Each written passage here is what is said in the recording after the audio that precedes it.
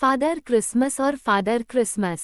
David Henry Wilson. Jeremy James की पहली मुलाकात फादर क्रिसमस से एक शनिवार की सुबह एक बड़ी दुकान में हुई।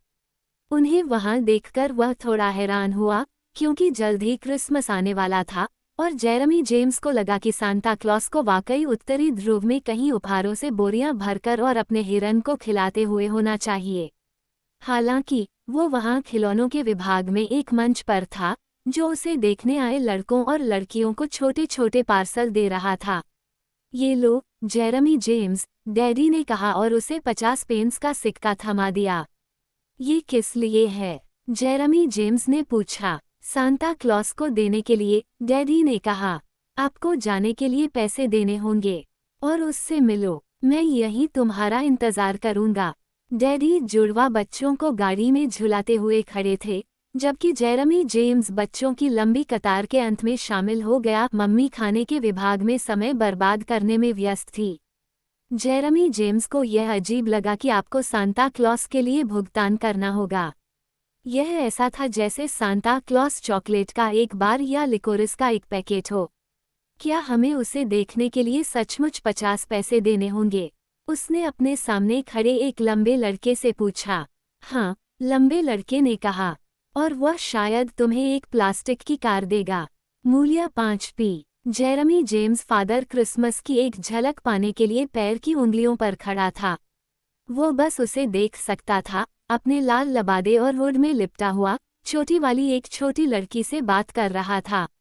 ये निश्चित रूप से वही था। लंबी सफ़ेद दाढ़ी और गुलाबी गालों में कोई गलती नहीं थी।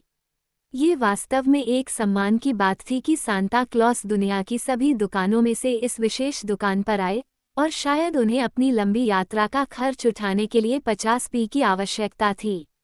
जेरेमी जेम्स ने अपने पिता की ओर देखा और दोनों ने एक दूसरे को खुशी से हाथ हिलाकर अभिवादन किया। जैसे जैसे जेरेमी जेम्स सांता क्लॉस के करीब आता गया, वह और भी ज्यादा उत्साहित होता गया। सांता क्लॉस बहुत अच्छे इंसान लग रहे थे।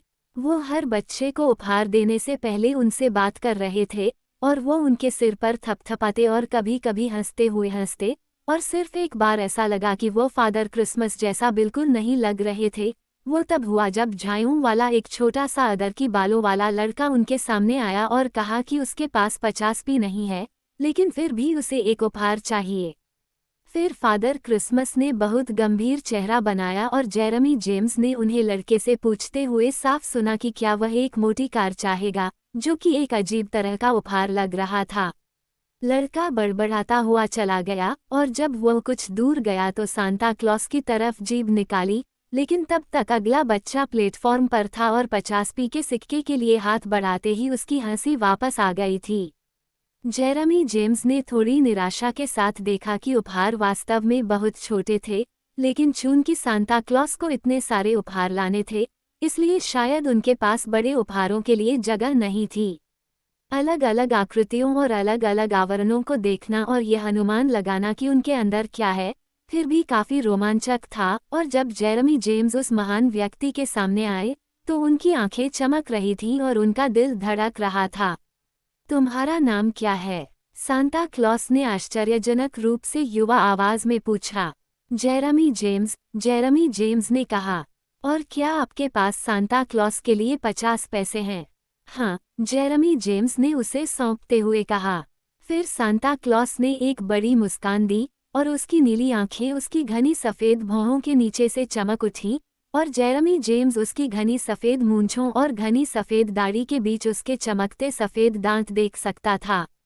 सारी घनी सफ़ेदी रुई की तरह दिख रही थी, और गालों पर लाली लाल रंग की तरह दिख रही थी, जिससे जेरेमी जेम्स को लगा कि सांता क्लॉस वाकई उन सभी लोगों से बहुत अलग है जिन्हें वह जानता था। क्या यह आपके हिरन के लिए है? जेरेमी जेम्स ने पूछा। क्या? सांता क्लॉस ने पूछा। 50p, जेरेमी जेम्स ने कहा। सांता क्लॉस ने कहा, अच्छा, एक तरह से, जैसा कि आप कह सकते हैं। अब जेरेमी जेम्स, आप क्रिसमस पर क्या चाहते हैं? ओह, मुझे एक ट्राइसाइकिल चाहिए, घंटी और सैडल बैग के साथ। हे भगवान, क्या आप मुझे यही देने वाले हैं? अरे नहीं, बिल्कुल नहीं, सांता क्लॉस ने कहा, अभी तो नहीं। 50 पैसे के लिए नहीं, दोस्त। लेकिन यहाँ कुछ ऐसा है जो तुम्हें आगे बढ़ने में मदद करेगा। और सांता क्लॉस ने उसे फादर क्रिसमस के कागज में लिपटा एक छोटा आयताकार पैकेट थमा दिया। धन्यवाद, जेरेमी जेम्स ने कहा। और क्या आप सचमुच उत्तरी ध्रुव में रहते हैं? कभी कभी ऐसा लगता है, सांता क्लॉस ने कहा। मेरे मकान मालिक कभी भी बेडरूम को गर्म नहीं करते। तुम जाओ आगे। जेरेमी जेम्स अपना छोटा पैकेट लेकर उस स्थान पर पहुंचा जहां मम्मी जुड़वा बच्चों के साथ इंतजार करने के लिए पापा के पास बैठी थीं। तो फिर इसे खोलो, पिताजी ने कहा। जेरेमी जेम्स ने उसे खोला। यह एक छोटा सा बक्सा था और उस छोटे से बक्से के अंदर एक प्लास्टिक की कार थी। कम से कम 2 पी के लायक, पिताजी ने कहा। 5, जेरेमी जेम्स ने कहा। जेरेमी जेम्स की सांता क्लॉस से दूसरी मुलाकात 1 हफ्ते और 1 दिन बाद हुई। ये चर्च हॉल में बच्चों की पार्टी में हुई। पार्टी की शुरुआत रिवरेंड कोल के लंगड़ाते हुए मंच पर आने और अपनी कर्कश आवाज में कई बार यह कहने से हुई कि उन्हें उम्मीद है कि सभी लोग इसका आनंद लेंगे, और पार्टी का अंत सांता क्लॉस के आने और उपहार देने के साथ होना था। बीच बीच में खेल, खाना पीना और फिर और भी खेल होते रहे। जैसे ही खेलों का पहला दौर शुरू हुआ, रिवरेंड कोल लंगड़ाते हुए हॉल से बाहर चले गए और किसी को पता भी नहीं चला कि वे चले गए हैं। खेल बहुत शोरगुल वाले और भागदौड़ वाले थे, और चूंकि जेरेमी जेम्स शोर मचाने और भागदौड़ करने में बहुत माहिर था, इसलिए उसने खूब आनंद लिया। खाने पीने की बारी आए और जेरेमी जेम्स ने दिखाया कि वो खाने पीने में उतना ही अच्छा है जितना कि शोर मचाने और इधर उधर भागने में। वास्तव में मम्मी, जो सहायकों में से एक थी, पिताजी को घर पर छोड़कर जुड़वां बच्चों और टेलीविज़न सेट की देखभाल करने के लिए, ने वास्तव में उसे तब रोका जब वह एक बार में खाए गए मिन्स पाई की संख्या का विश्व रिकॉर्ड तोड़ने के कगार पर था। जब आखिरकार किसी भी पाई का एक टुकड़ा भी नहीं बचा था मेज़ों से, सहायकों ने खाली कागज़ की प्लेटें और खाली कागज़ के कप और खाली न पड़े लकड़ी के फर्श को साफ किया। चीख पुकार और धक्कों से भरे कुछ और खेलों के बाद, सभी बच्चे सांता क्लॉस के बारे में पूरी तरह से भूल चुके थे, लेकिन सांता क्लॉस उन्हें नहीं भूले थे। 6 बजते ही, वयस्कों में से एक ने सभी को चुप रहने और स्थिर खड़े रहने के लिए कहा, और 6:10 पर, जब सभी शांत और स्थिर खड़े थे, हॉल का दरवाज़ा खुला और फादर क्रिसमस अंदर आए। जेरेमी जेम्स ने फादर क्रिसमस के बारे में जो पहली बात नोटिस की, वह ये थी कि वे कितने धीरे धीरे चलते थे, जैसे कि उनका शरीर बहुत भारी था और उनके पैर बहुत कमज़ोर थे। उन्होंने पहले की तरह ही लाल कोट और हुड पहना हुआ था, और उनकी दाढ़ी और मूंछें सफ़ेद थीं, लेकिन किसी तरह वे इतनी घनी नहीं थीं। उनके गाल सुंदर और लाल थे, लेकिन उन्होंने एक जोड़ी चश्मा पहना हुआ था। और जब उन्होंने बच्चों को पुकारा, मेरी क्रिसमस, सभी को, और मुझे आशा है कि आप सब आनंद ले रहे होंगे, तो उनकी आवाज़ आश्चर्यजनक रूप से कर्कश और खोखली लग रही थी। जेरेमी जेम्स ने तब भौहें सिकोड़ी जब सांता क्लॉस ने खुद को और अपनी बोरी को मंच पर उठाया। निश्चित रूप से उसके बारे में कुछ अजीब था। अन्य बच्चों ने ध्यान नहीं दिया, और वे सभी उत्साहित थे क्योंकि सहायकों ने उन्हें लाइन में खड़ा किया, लेकिन शायद अन्य लोग पहले कभी सांता क्लॉस से नहीं मिले थे, इसलिए उन्हें कैसे पता चल सकता था।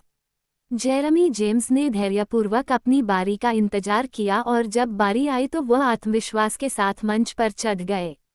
अब, तुम्हारा नाम क्या है? सांता क्लॉस ने जेरेमी जेम्स की ओर देखते हुए कहा।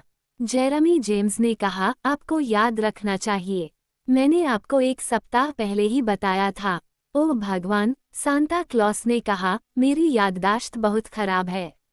जेरेमी जेम्स ने कहा, और 1 सप्ताह पहले, आपने चश्मा नहीं पहना था, और आपकी आवाज़ इतनी खराब नहीं थी जितनी अब है। ओह, सांता क्लॉस ने कहा, क्या यह एक नहीं था? जेरेमी जेम्स ने सांता क्लॉस के चेहरे को बहुत ध्यान से देखा, और सांता क्लॉस ने भी अपनी भूरी आंखों में एक उलझन भरे भाव के साथ जेरेमी जेम्स की ओर देखा। जेरेमी जेम्स ने कहा, सांता क्लॉस की आंखें नीली हैं। ओह, सांता क्लॉस ने कहा, उसका मुंह आश्चर्य से खुला रह गया। जेरेमी जेम्स ने कहा, और उसके दांत भी सफ़ेद हैं। सांता क्लॉस ने निराशा से अपना मुंह बंद करते हुए कहा। जेरेमी जेम्स ने कहा, तुम बिल्कुल भी सांता क्लॉस नहीं हो।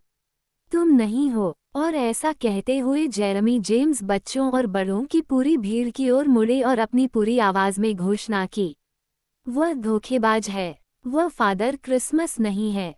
फादर क्रिसमस अस्थिर भाव से अपने पैरों पर खड़े हुए और जैसे ही उन्होंने ऐसा किया, उनका हुड गिर गया, जिससे एक चमकता हुआ गंजा सिर दिखाई दिया। फादर क्रिसमस ने जल्दी से हुड को वापस खींचने के लिए हाथ उठाया, लेकिन उनका हाथ उनकी दाढ़ी से टकराया और उसे एक तरफ धकेल दिया, और जैसे ही उन्होंने अपनी दाढ़ी को बचाने की कोशिश की, उनकी मूंछें टकरा गईं और वह पूरी तरह से गिर गईं, जिसके नीचे रिवरेंड कोल का चेहरा दिखाई दिया। हाँ, जेरेमी जेम्स ने कहा, इससे ये साबित होता है। 1 या 2 बच्चे रोने लगे, लेकिन फिर वह व्यक्ति जो खेलों का आयोजन कर रहा था, मंच पर कूद पड़ा और उसने समझाया कि असली सांता क्लॉस क्रिसमस की तैयारी में बहुत व्यस्त था और इसीलिए रिवरेंड कोल को उसकी जगह लेनी पड़ी।